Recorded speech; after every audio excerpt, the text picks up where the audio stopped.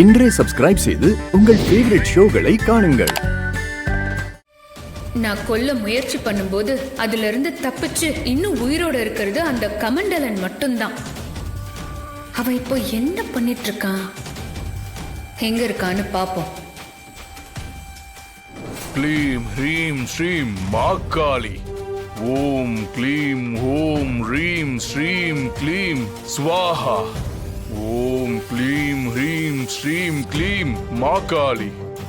துஷ்ட ஆத்மாக்களின் கடவுளான வாதமுனியே, நான் மாய லோகத்தின் அதிபதியாக மாறும் சூட்சம வழியை நீதான் எனக்கு காட்ட வேண்டும்.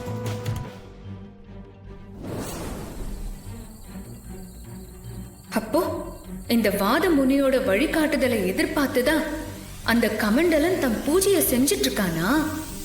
சிவன் சொன்ன மாதிரி அந்த தந்திரத்தை நானே கையில எடுக்கிறேன். ஹே கமண்டலா, உனக்கான வழிகாட்டுதலை நானே கொடுத்து எனக்கான காரியத்தை நான் செஞ்சு முடிக்க உன்னை கருவியா பயன்படுத்திக்க போறேன்டா. நானே இப்போ வாத முனியா உன் முன்னால வந்து என் தந்திரத்தால என் ஆட்டத்தை ஆரம்பிக்க போறேன்.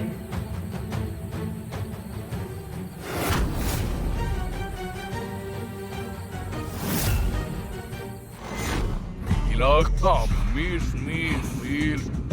A house, mir, mir, mir, mo, mir, mo. Ilakam, mir, mir, mir, mir, mo.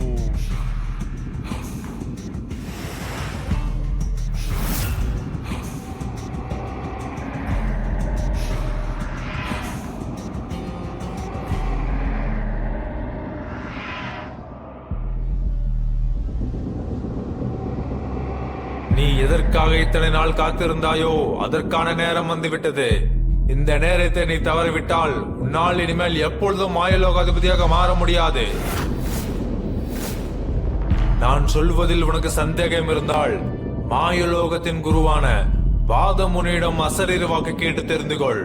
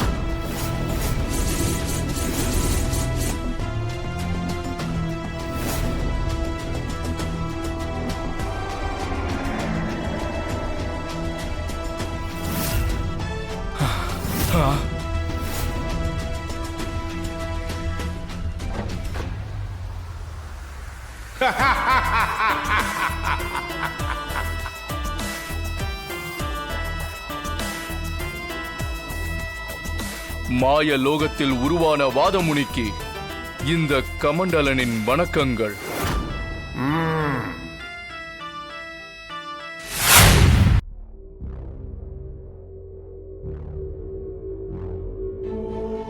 அத்த, சித்தப்பா மனுவை கூட்டிட்டு வரேன்னு நம்மள அனுப்பிட்டு அவர் மட்டும் தனியா அந்த காட்டுக்குள்ள போனாரு.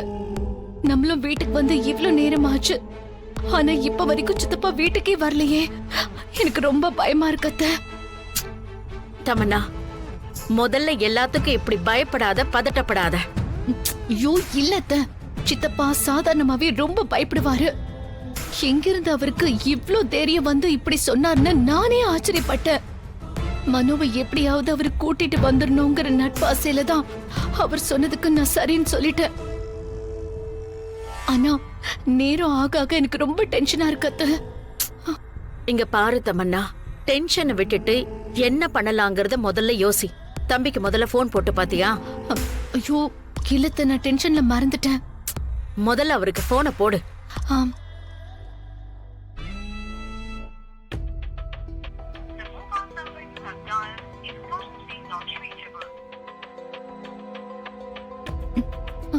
அத்த நம்பர் நாட் ரீச்சபிள்னு வருது. சித்தப்போட நம்பர் எப்பவுமே நாட் ரீச்சபிள்னு வந்ததே கிடையாது. என்ன தமன்னா, அவர்தான் காட்டுக்குள்ள இருக்காருல்ல, ஒருவேளை அங்க சிக்னல் கிடைக்கலையோ என்னவோ. சின்ன சின்ன விஷயத்துக்குலாம் ஏன் இவ்ளோ யோசிக்கிற? இல்லத்த, காட்டுக்குள்ள மனுவ அந்த கோலத்துல பார்த்தது என் கண்ணுக்குள்ளே நிக்குது அத்த. அதுவும் அவங்க முன்னாடி நின்னு அந்த யட்சினி பேசினது எல்லாமே இன்னும் என் காதுக்குள்ள ஒலிச்சுக்கிட்டே இருக்காத்த. என்னால அதை தாங்கிக்கவே முடியல.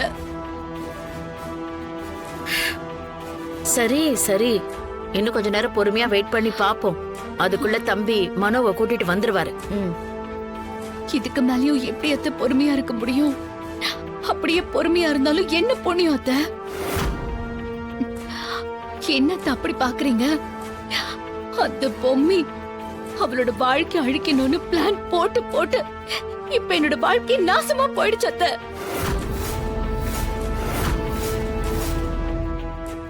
என்ன தமன்னா, நீயா இப்படி எல்லாம் பேசுற? வேற எப்படி அத்த பேச சொல்றீங்க?